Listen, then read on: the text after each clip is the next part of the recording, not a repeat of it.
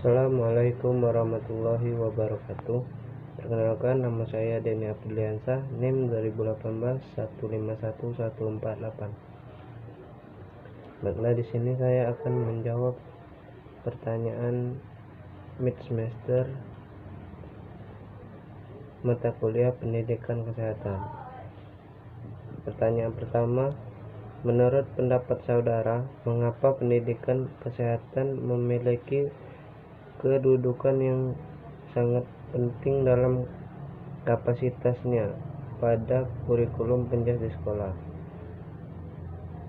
Nah, jawabannya, pendidikan jasmani adalah studi, praktik, dan apresiasi seni dan ilmu gerak insani.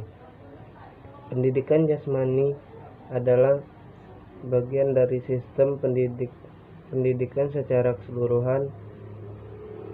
Gerak atau aktivitas jasmani adalah alamiah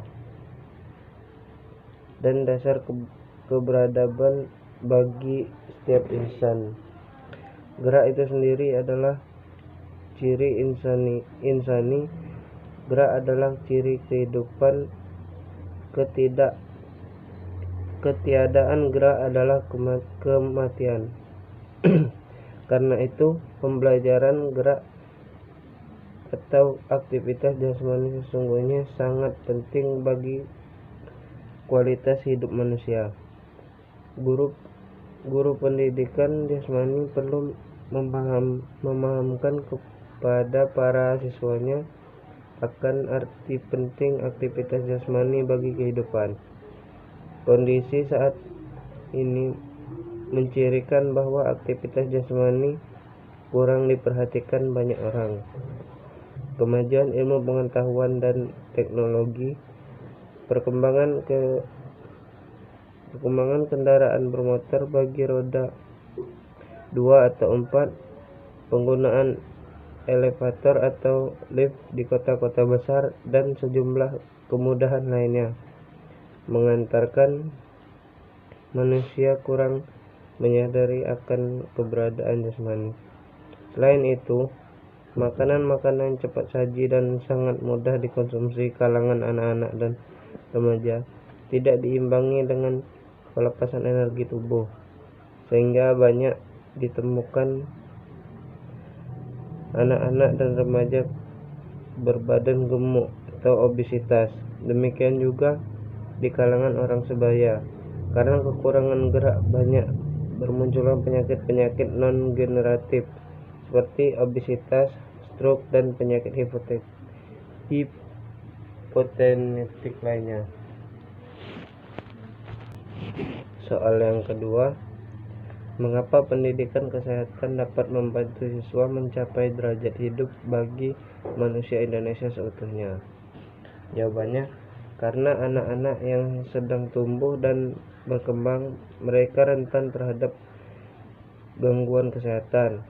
Oleh karena itu, perlu diiringi dengan memiliki pengetahuan tentang kesehatan, kebiasaan hidup sehat, segera mendapatkan pelayanan kesehatan jika mengalami gangguan kesehatan, dan terlibat dalam upaya menciptakan lingkungan sekolah sehat.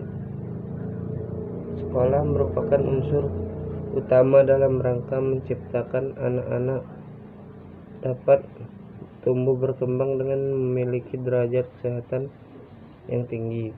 Dengan mengoptimalkan peran trias UKS, yaitu memberikan pengetahuan kesehatan kepada peserta didik, melakukan pelayanan kesehatan bagi anggota sekolah yang memerlukan, dan berada pada lingkungan sekolah sehat.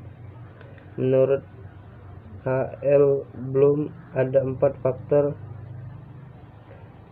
yang memengaruhi derajat kesehatan masyarakat atau perorangan. Faktor-faktor tersebut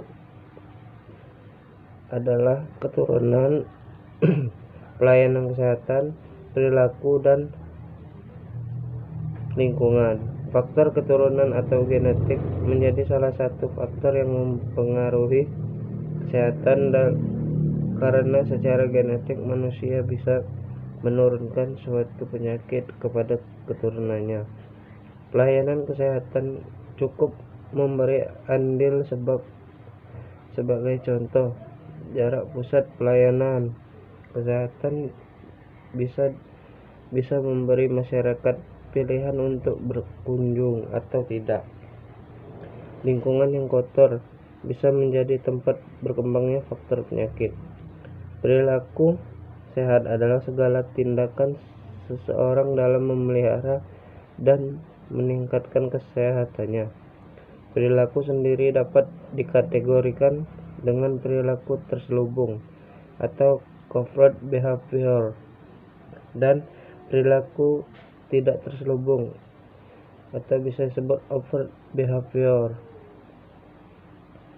Perilaku terselubung tersebut berupa pengetahuan dan sikap seseorang terhadap suatu objek, sedangkan perilaku tidak terselubung adalah perilaku yang sudah merupakan aksi atau tindakan. Usaha yang paling efektif dalam mengubah perilaku dari perilaku yang merugikan kesehatan ke arah perilaku yang menguntungkan kesehatan adalah melalui pendidikan kesehatan. Pertanyaan ketiga, sebutkan dan jelaskan salah satu program kesehatan yang dapat membantu membangkitkan kecerdasan siswa di lingkungan sekolah. Jawabannya, Kementerian Kesehatan Republik Indonesia berkomitmen dengan pendidikan kesehatan di sekolah melalui usaha kesehatan sekolah atau UKS. Program UKS mencakup kegiatan aktivitas fisik, perenggangan di sekolah, sarapan dengan menu sehat, menerapkan cuci tangan pakai sabun, pembinaan kantin sekolah dengan menyediakan menu sehat, serta melakukan kegiatan PSN 3M plus di lingkungan sekolah dan rumah. Direktur Jenderal Kesehatan Masyarakat Dr. Kirana Pritasari mengatakan pendidikan kesehatan melalui UKS penting dilakukan karena sekolah merupakan bagian dari tatanan masyarakat.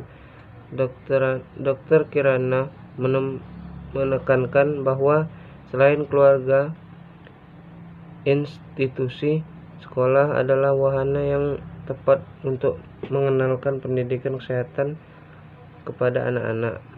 Dalam mengimplementasikan pendidikan kesehatan di UKS, dapat mendirikan model indikator sekolah sehat seperti indikator fisik, antara lain yang pertama, jumlah murid dengan status gizi normal. 2. Memiliki sarana air bersih yang memadai dan jamban yang sanitirnya mencukupi. 3. Memiliki sarana cuci tangan dan tempat sampah yang mencukupi. 4. Melakukan CTPS. 5. Sarapan atau makan siang dan sikat gigi bersama. 6. Melakukan aktivitas fisik secara teratur. 7. Melakukan penjaringan kesehatan dan pemeriksaan berkala. Selain itu, ada indikator mental yang meliputi 1. Memberikan pendidikan keterampilan hidup sehat atau kompetensi psikososial di sekolah dan di masyarakat. 2. Wilayah KTR, kawasan tanpa rokok. 3. Wilayah KTN, kawasan tanpa narkoba. 4. Wilayah KTK, kawasan tanpa kekerasan.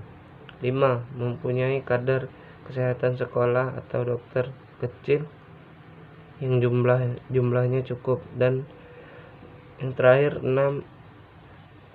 Angka ketidakhadiran karena sakit yang rendah. Baiklah, mungkin itu saja yang bisa dapat saya sampaikan. Pada Allah saya mohon ampun. Wabillahi taufiq wal hidayah. Wassalamualaikum warahmatullahi wabarakatuh.